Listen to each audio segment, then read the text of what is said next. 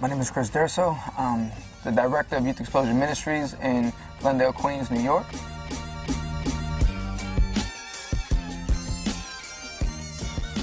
Local youth ministry under Christ Tabernacle Church. We've been in existence now as a youth ministry for over 13 years. My brother, Pastor Adam Durso, started the youth ministry over 13 years ago, and he did a phenomenal job. I was helping him in running the youth ministry for 7 of the years, and then the last 2 years of the ministry, he transitioned it on over to me, passed the baton on to me.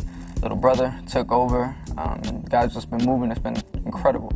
Seen hundreds of kids getting saved every week, people delivered, minds transformed, minds renewed. It's been incredible. At Youth Explosion Ministries, we identify ourselves as misfits. A misfit is one who is disturbingly different from others and uncomfortable with our surroundings. And as Christians, we should feel like misfits, especially in a world where we're surrounded by decisions that are being made that don't agree with our theology and the way that Christ has taught us to live. Whether it's in abortion, whether it's in homosexual marriage, or the fact that we can't say Jesus in a school, there are decisions being made that we should feel uncomfortable with.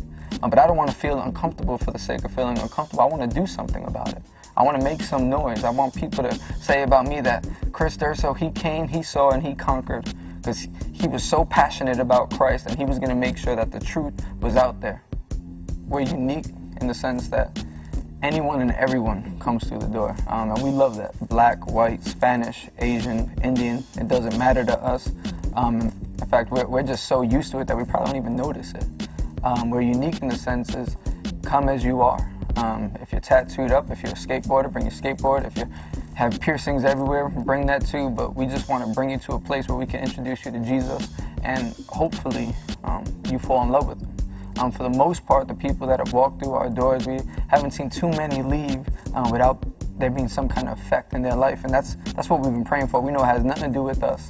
I'm the most foolish of all the foolish, but God uses the foolish things of this world to confound the wise. So I love the fact that he's using us, because really on our own, we shouldn't be doing nothing. Man, youth ministry has come such a long way, because about 10 years ago when we were doing, let's say, hip-hop in the church or dance in the church, so many ministries were against that, and we would catch so much flack, whether it was a letter or people just coming and knocking on our door, because the emails really weren't that popular back then, and people just making their way to let us know that, oh, what you guys are doing isn't of God, and you guys are playing this loud music, and you need to do it the way that we used to do it. And we thank God for the way that the church and our leaders before us have done it, but we just know that God has called us to do it differently and speak to them in a language that they really understand, whether it's through spoken word, whether it's through hip-hop or rock. That's just the way we do what we do. I think most youth ministries, I think they're doing a phenomenal job. I think they're really starting to grab a hold of the fact that it has nothing to do with the youth pastor and how cool they are. It's really just about genuine relationship. 10 years ago, youth ministry was done in a lot of churches where the youth pastor would get up there, speak, and the whole night or event would be based on the youth pastor and that speaker and, this great man of God, and no one else was a part of it. I think we've all realized this generation has something to say, and they want to talk. They want to be a part of it. They want to lead worship. They want to rap. They want to dance. So by incorporating them, we're allowing them to use their gifts from an early age. It doesn't have to be when they're 19, 20, 24 years old, when they get their degree from college now to go back and give back to the church. They give them back now at 11 years old, 12 years old, 15 years old. And I think for the most part, we're getting that. And I think we've also learned that through the internet. People weren't given this generation a voice, so what they did was they grabbed a hold of the MySpace, they grabbed a hold of the Facebook, the Twitter, the YouTubes, and they just started speaking their mind with no apologies. And nor should they. They have a voice, and we need to hear it. A lot of times, well, for the most part, there are some youth ministries, or the mindset is, well, if we just provide something for them to do during the 2-hour or 3-hour, an hour time slot that we have them, then we're okay. And that's not it. It's not about a pizza party. It's not just showing a movie. It's not about just taking kids to a skating ring or a basketball game. It's really investing into their lives, and make sure that you're really investing. And for you to invest in something, you have to really know about it. So you have to build relationships with each kid. No matter if you have 20 kids or 200 kids, you got to make sure that you go out of your way to love these kids, because we exist to serve them. It's not about so that they could see how great we are and how cool or trendy we are, but so that they could see that we are there for them, that we love them, and we want to serve them the gospel at a way that they'll be able to take it in and understand it. This generation is beautiful. This generation is amazing. This generation, like no other, including mine, is really grabbing the bull by the horns and running with it. They're not waiting for their turn. They're doing what they do, and they're doing it well. We just need to make sure that we give them a platform, but that's why they're using the text messages, and that's why they're dressing differently. And you look at a kid's iPod, he may have on some hip-hop for some rock, and then also some country music. They're eclectic, and they're open to this idea that it doesn't just have to be one way, like my generation, whereas if you would listen to hip-hop, you just hung out with the kids that listen to hip-hop. You didn't talk to the skateboarders. You didn't hang out with the kids that rock and roll. I think they're more open-minded, like, why do things have to be like that? And it's a type of rebellion, but it's a good rebellion, because they're rebelling against the things that we did wrong by segregating and not really being a part of. That's really the best way I know how to put it. They just really want to be a part. They want to be heard, and they don't care what it looks like. They don't care what their friends look like. If they genuinely like you, they're going to accept you. And that's why it's important for us as youth leaders and youth pastors to really be honest and real with them, because real recognize real. And if they sense that you're being fake, they don't want to deal with you. I think there's a couple of things. At first, our relationship with Christ is a relationship.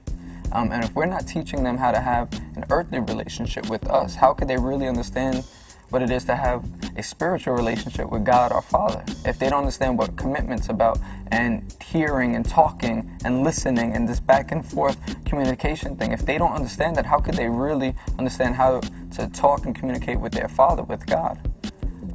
Secondly, when it comes to relationships, if we don't have relationships with these kids, why should they believe in what we're doing? If we don't care enough about them, it's like that saying, someone doesn't care how much you know unless they know that you care.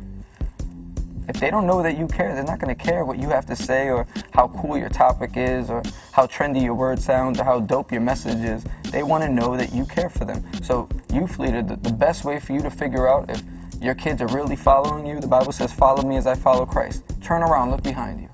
If there aren't people following you, then you're not doing your job. I mean, think about it. Can you name at least 5 people that you think of, that 5 different youth that you talk to on a weekly basis, that they're not going to be surprised when they receive a phone call that say, hey man, I just want to know how you're doing. I don't want to tell you my next sermon idea and tell you how good my idea is. I really want to know about you. How you doing in school? How's your relationship going? How's everything going with mom and dad? Are you okay? Do you need anything? Can I help you? And your kid should feel like they can go to you.